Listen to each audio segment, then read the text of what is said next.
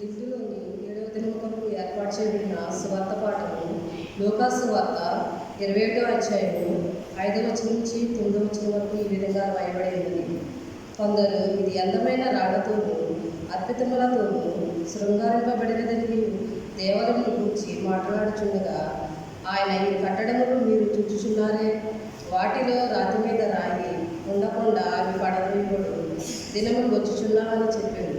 అప్పుడు వారు, బోధకుడా, అలాగైతే ఇవి ఎప్పుడు జరుగును? ఇవి జరగబోవునని సూచన ఏమని ఆయన అడుగగా, వారు, మీరు మోసపోకుండా చూచుకుని అనేకులు నా పేరట వచ్చి నేను ఆయనననియు కాలము సమీపించినని చెప్పుదురు. మీరు వారి వెంబడిపోకుడి.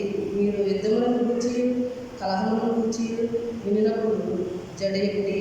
ఇది మొదట జరగవలసినది కానీ అంతము వెంటనే రాదని చెప్తున్నాను. ఈ వాక్యం